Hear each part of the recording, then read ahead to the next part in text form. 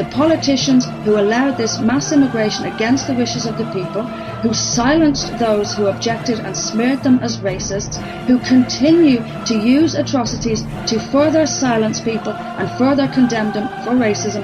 You are the problem here. You should have listened to people when they said they were uncomfortable with this. You should have listened, and you should listen now, because it hasn't gone away. People are concerned about mass immigration, and they are concerned about Islam. You better start listening, or this will go on and on and on. We have a right to express our discontent with the current situation regarding Islam. We have a right to speak out against halal and other atrocities associated with this religion. We have every right. And if you continue to silence people, anger will continue to bubble. We shall fight on the beaches. We shall fight on the landing grounds.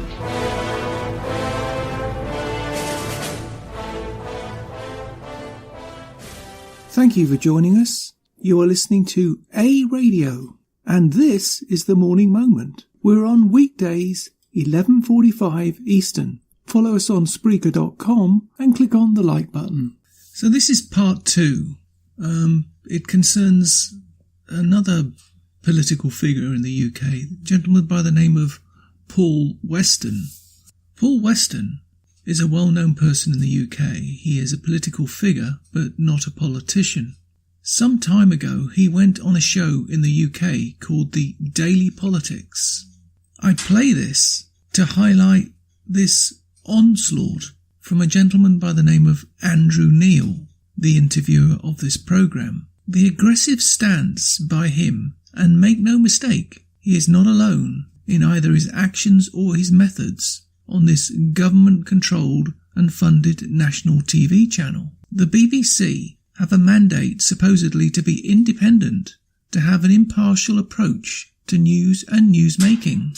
I will leave it up to you to make your own mind up and decide how open-minded he is to clearly a view he doesn't approve of, let alone understand. When in Britain did it become unacceptable to have views at odds with the state? It may not be your view. It may not be mine. Question: would you have attacked a Muslim in such a manner? We will never know, because based on this performance, it's clearly the state's view or no view.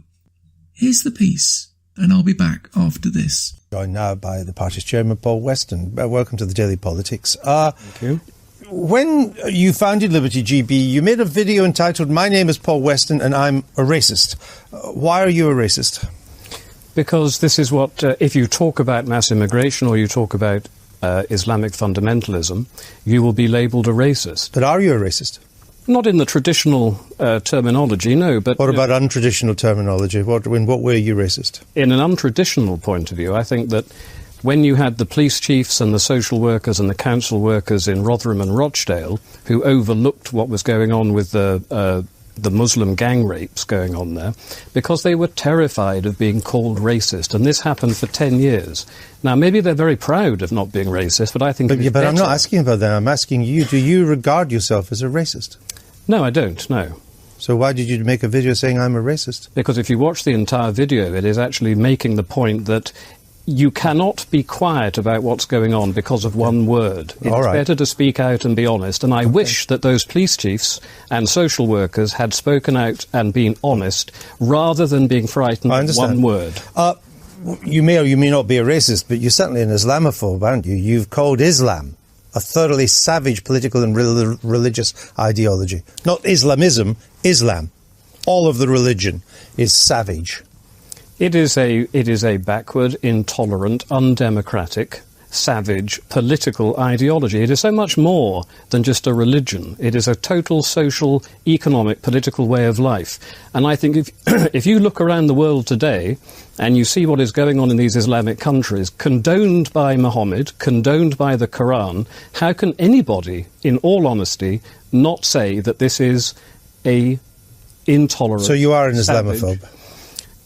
An Islamophobe suggests an irrational fear of Islam. That's what phobia means. You want to ban Muslims from holding public office. That seems pretty irrational fear. I am an Islamo-realist, and I think if you look at at Muslims today in public office, like Lutfur Rahman in Tower Hamlets. There are all sorts of problems going on there. Yeah, but you can pick out any sort of people. You do not accept that there are hundreds of thousands, millions of Muslims in this country living perfectly respectable, decent, British lives. Absolutely, there are. And so I think you will find that there are. Why do you want to ban them from public office? There are also hundreds of thousands and millions of moderate Muslims living in Syria and Iraq and Mali. It does not stop what is happening. A small percentage of the fanatics are always going to control the majority. That can be true of any society, I mean, including white British society, which many will regard you as the fanatical wing of white British society. I'm sure lots of people do, but I think... And you are, aren't you? I think that if you compare what we are saying to what is going on in the Islamic countries and what has been going on here in terms of terrorism,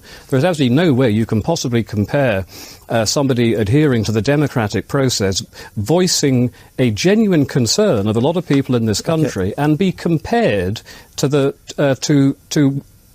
terrorists who are operating all around the world. Why should today. Muslims not hold public office in this country? British citizens born here, brought up in the Islam religion. Why does that make them unfit to hold public office? Because nearly all of them are activists. They are Islamic political activists, which is why they've got to the top. How do you know that? How do you know that? Well, for example, you look at Baroness Farsi. Now, Baroness Farsi... She's a politician, by definition. They're all activists. You're an activist. No, but the fact is your website is full of bile, isn't it? You describe these... She is not, Mr. Neil, she is not a conservative activist as such. You know, she has now stood down because she has a problem with Israel and Palestine. This is why we need lots of people have a problem with Israel and Palestine. But most mainstream politicians do not resign from their posts over it. All right. Paul Weston, thank you. We've run out of time. Well, I took that piece actually from Paul Weston's YouTube site. He was not happy about his treatment at the BBC, and particularly with Andrew Neil. Now, he decided to publish this after he'd seen it all over the internet. And this is what he said. I have long admired the BBC's Andrew Neil for demolishing, lying, or stupid politicians. But he came across very badly here. He was clearly under orders to attack me as a right-wing extremist. But every time I turned his attack against him, he gave up and moved on to the next attack. Instead, every point I raised is crucial to the peaceful long-term future of Britain and crucial to the plight of gang-raped girls today. But none of this matters to the obscene left-wing BBC. Mr. Neil lost control of the truth, so decided to run out of time instead. I have had a number of interviews with the BBC and Sky News over the years, but this is the only one which made it into the public domain. None of the others were ever broadcast, presumably because I demolished their left-wing groupthink. These people are just as bad as Pravda in Soviet times. The sound man flipped my collar when he fitted my microphone, and none of the BBC crew pointed it out to me. Spiteful little children. This video is more than 3 years old, but after spotting it on different YouTube channels, I decided to put it on my own channel, just to show what happens when the evil leftist BBC come face to face with polite centrist truth. And that's a comment from Paul Weston. Now, I have no intention of giving you a bio on Andrew Neil other than to say he's combative. I personally don't like his attack approach, but having seen his bio, I do surprisingly agree with him on some issues that he has, such as climate change or lack of. Oh, and the links will be on my site to Paul Weston's YouTube channel, and you can hear it yourself. Unless, of course, they take it down, like Sky News do, like Fox News do, ... Now, in closing, I have to point out that sometimes these podcasts are what I consider to be long, and then sometimes they're not. This is one of the shorter ones, but I still think it makes the point.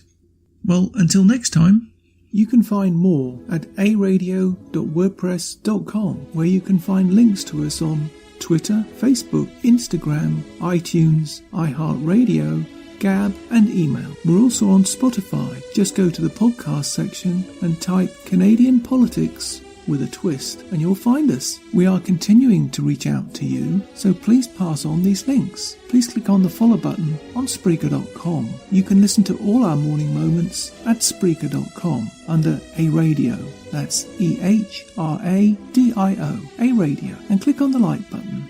And you can hear a review of our morning moments on WHBJ-DB, News Talk Radio on Spreaker.com. Join us and many others. And you can find all our podcasts and morning moments at aradio.wordpress.com. Click on the Morning Moments tab.